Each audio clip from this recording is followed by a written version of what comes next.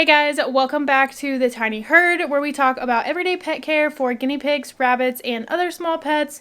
This is the start of the vlog for Neville's surgery, so I look terrible right now because I just got done cleaning this entire pet room, cleaning all of the cages so that everybody's clean and good to go for the weekend. I didn't want to have to mess with kind of like cleaning and vacuuming and stuff while he's trying to relax and recover, so I just cleaned the whole room. But I'm going to show you guys what I'm doing tonight to set up because his surgery is tomorrow. I'm dropping him off tomorrow morning. I'll tell you guys more about that here in a little bit, but I'm going to show you guys what I'm doing tonight to prepare. Here is the little man enjoying his evening, not really knowing what's coming, of course. Hello, little man. Getting you ready for your big day.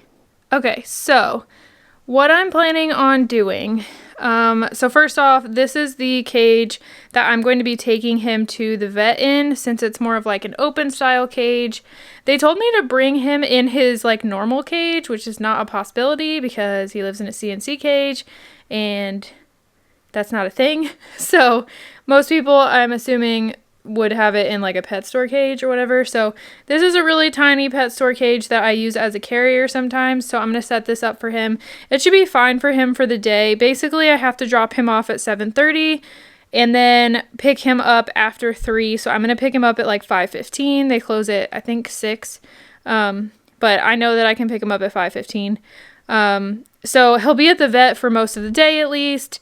When I've done surgeries in the past, they've kept them overnight, but this is a different vet, so this is kind of why this plan came about. So I'm taking him to the vet in this, dropping him off at 7:30.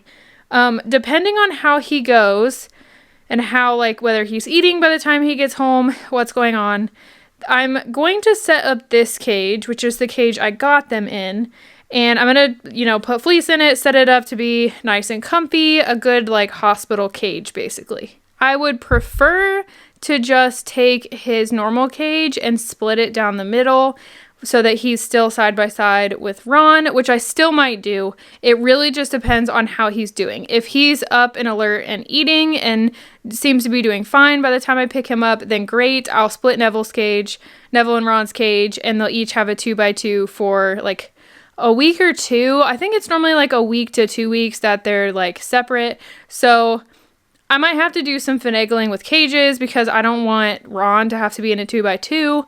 A 2x2 will be fine for a pig recovering from surgery because I don't want him, sprinting around, running around, being chased, anything like that. Like, he needs to be separate. He needs to rest and recover and heal.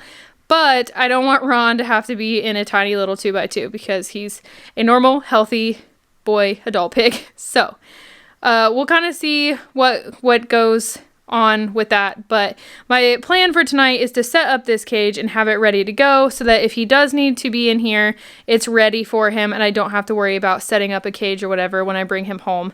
I'm setting this stuff up in our guest room here because if he's not eating and he needs to be fed, like critical care, all of that sort of thing, I wanted to have it in our guest room so that I can sleep in here and check on him every couple of hours or whatever throughout the night. So it would be ideal to have him in here in the hospital cage so that I can do that without waking my boyfriend up. So that's kind of the plan here. Right now, I'm going to go get all the recovery food and everything out and ready just so that I don't have to, try to find it and all of that. So I'll show you guys what I have. And then I have to get his hay and pellets ready because I have to take that for after his surgery as well. All right, guys, so sorry if there's an echo. I'm in my bathroom, but I thought this would be the easiest place to set all of this up. So basically what I have, all of our syringes here, just easy access. I have our measuring spoons for our recovery food. This is SAR-X, well, it's not a SAR-X, it's Appetite Restore from Sherwood that goes kind of with like their SAR-X recovery food, which I'll show you in a second. But this stuff is banana flavored and it's worked really well in my experience on getting them eating again and getting them interested in eating. So I have this on hand in case he doesn't want to eat. I have a dish for mixing the recovery food, Benebac to give him after his antibiotics because it can mess with their stomachs. So that's a probiotic to give him after his medicine. I have our CBD gel just in case he needs it for pain or whatever. He'll have pain meds and antibiotics from the vet, but that's just nice to have on hand. This is Nutri Recovery from Small Pet Select.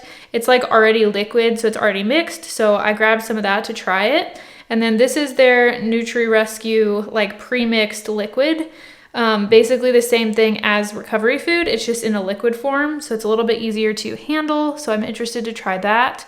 We have our liquid vitamin C just because vitamin C is good. I might add it to some of his recovery food, but I put it there just in case I want it. And then last but not least, we have our Sherwood SAR X recovery food. It's just the regular guinea pig recovery food.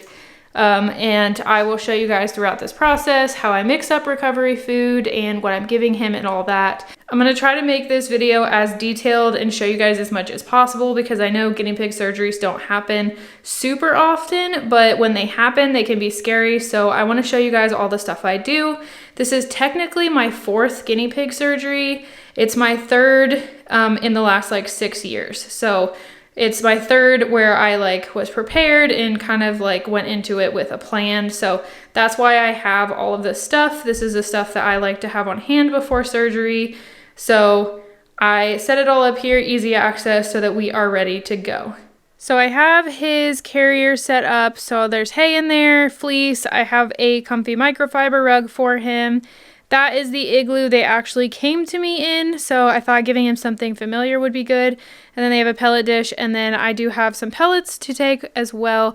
That should be plenty of hay for him for just tomorrow, because he'll be there from about 7:30-ish to like 5:30-ish, so that should be plenty for him, especially since some of that is going to be surgery, and he's probably not going to want to be eating. So that should be good for him, and then I will grab one of the water bottles off of their cage in the morning as I head out the door. And then we have the hospital cage I set up. Basically, I just put this on top so that it's like gives him more privacy and makes him feel a little bit more secure. But I put fleece in the bottom. I put another microfiber rug in there just so he's extra comfy after surgery. And then he really, really loves those foam tunnels. So I put one of those in there for him as well. I will put hay in here when I put him in here. I just figured I would take whatever is left in his hospital cage and then of course just get him more. And then I'll put his igloo in here as well so he has something familiar and, you know, water bottle. But this is a pretty good setup for just having things ready to go for when I bring him home.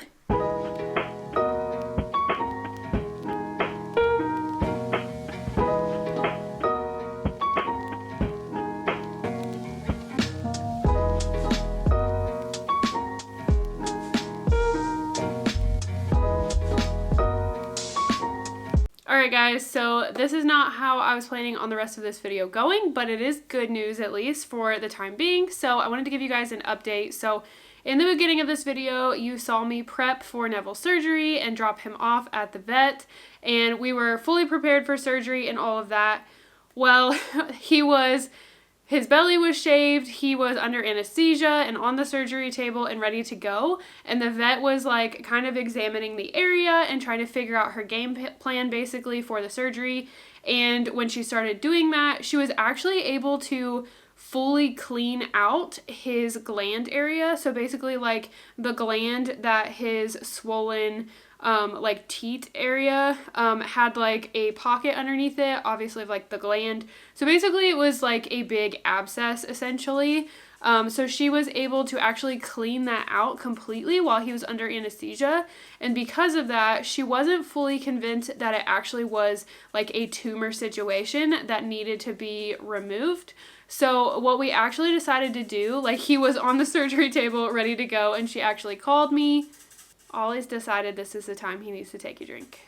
So, like I said, he was on the surgery table ready to go, and she actually called me after she finished cleaning all of that out and was like, I don't really know that we need to do actual surgery at this point. So what we ended up doing instead was we went ahead and woke him up without doing any surgery on him. She had cleaned out the area and kind of shaved his belly so that we could keep it clean and that sort of thing. But what we're actually doing now is we are treating him with pain meds and antibiotics so that we can try to clear that up. We're basically treating it as an abscess or infection at this point. So we're going to run a course of antibiotics first, see if that takes care of the issue and clears it up. And if not, then we are going to treat it as a tumor situation, and we will be doing surgery at a future date if necessary to remove that.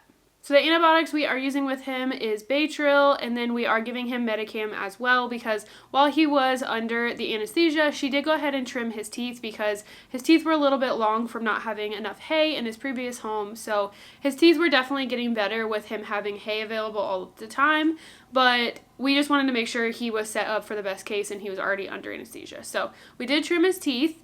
And so she gave him pain meds, which we have Medicam for that, and then we do have the Baytril as the antibiotic. So we are doing that for a week, seeing where that gets us, and then we will have another follow-up appointment to see how things are going, and we will go from there. So that is the update on Neville's surgery. I'll show you guys us trying to give him medication because he's not super great about taking it, so I'll try to get some footage of that to show you guys in this video.